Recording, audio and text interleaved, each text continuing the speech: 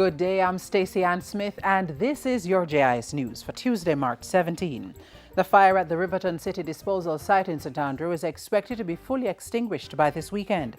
Jamaica Fire Brigade Commissioner Errol Mowat gave that update at a media briefing Monday afternoon.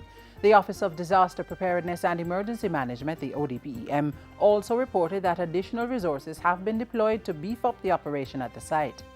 The team continues to be supported by 9 D9s, and D10 earth-moving units, bulldozers, upwards of 60 tipper or dumper trucks, 21 firefighters, 3 fire trucks, and an assortment of supporting pieces of equipment. The National Emergency Response Team will remain in operation until things are back to normal. Meanwhile, health officials are reminding persons to limit their exposure to smoke by closing windows and doors and using a wet rag to cover their nose and mouth. Smoke continued to affect sections of Portmore in St. Catherine Tuesday morning, due mainly to ongoing operations at the disposal site to cover areas which are still burning. And the fire chief has given an indication as to what caused the fire at the Riverton City disposal site. Commissioner Mowat said based on the fire brigade's investigation, the fire was deliberately set, adding that without human intervention, the fire could not have spread so quickly. Normal fire spread, regardless of wind strength, wind direction, would not have by itself spread the fire that rapidly. In other news, the protection of farm crops and livestock has been strengthened now that the Ministry of Agriculture has set up a PRAEDIAL Larceny prevention unit. It's operating out of the Agriculture Ministry and is headed by Deputy Superintendent of Police Kevin Francis and Sergeant Damien Harry of the Jamaica Constabulary Force. The significance of these appointments is that being active members of the Jamaica Constabulary Force, these men will have access and will be able to mobilize members of the entire force across Jamaica to deal with PRAEDIAL Larceny issues. The Agriculture Minister says the team is being supported by a coordinator and an administrative assistant. They're also recruiting additional staff. The LASCO group of companies has donated $4 million to buy a Toyota Hilux pickup for the PRAEDIAL Larceny Prevention Unit. As of September this year, the children of public sector workers will find it easier to get student loans for their tertiary education. Public sector workers applying for student loans will be allowed to access the loan with one guarantor based on satisfactory assessment. In his opening budget presentation last Thursday, the Finance Minister also announced a 35% reduction in the applications processing fees for the children of public sector workers and a 1% reduction to their student loan interest rates. In the meantime, Dr. Phillips said the SLB was also introducing a new loan option called Pay As You Study. It will allow parents, guardians, or working students who can afford the monthly deductions from their salaries to pay while the students study.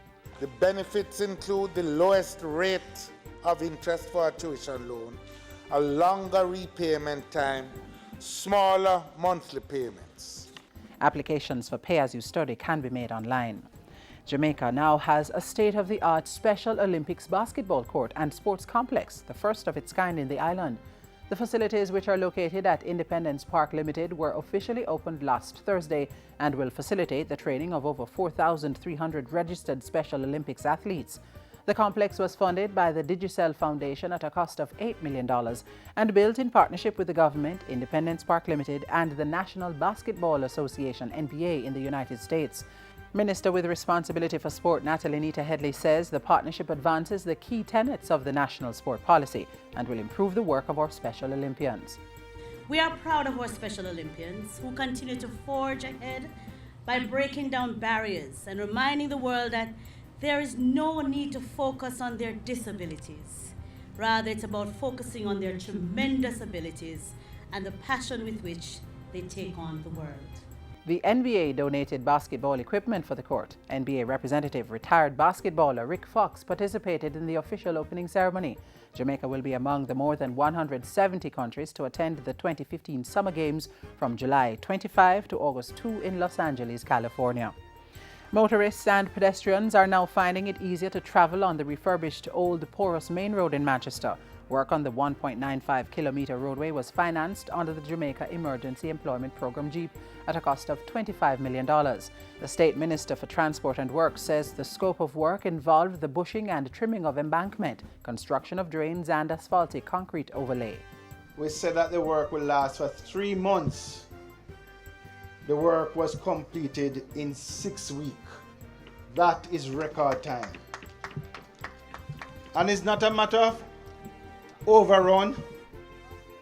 It was in budget and the work is properly done.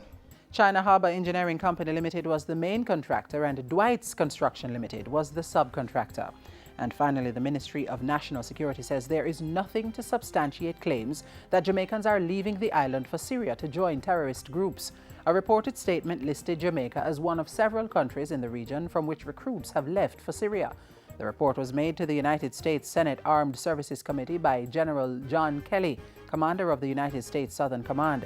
But in a statement, the National Security Ministry says it has been monitoring the emerging situation regarding the recruiting efforts of terrorist groups, and there is no information of any Jamaican being involved. It adds that Jamaica enjoys a high level of cooperation with the U.S. on security matters, and the government has initiated dialogue with the U.S. to ascertain the source of the reported claim and any potential concerns that may need action. And that's it for JIS News Today. I'm Stacey Ann Smith. Thank you for watching.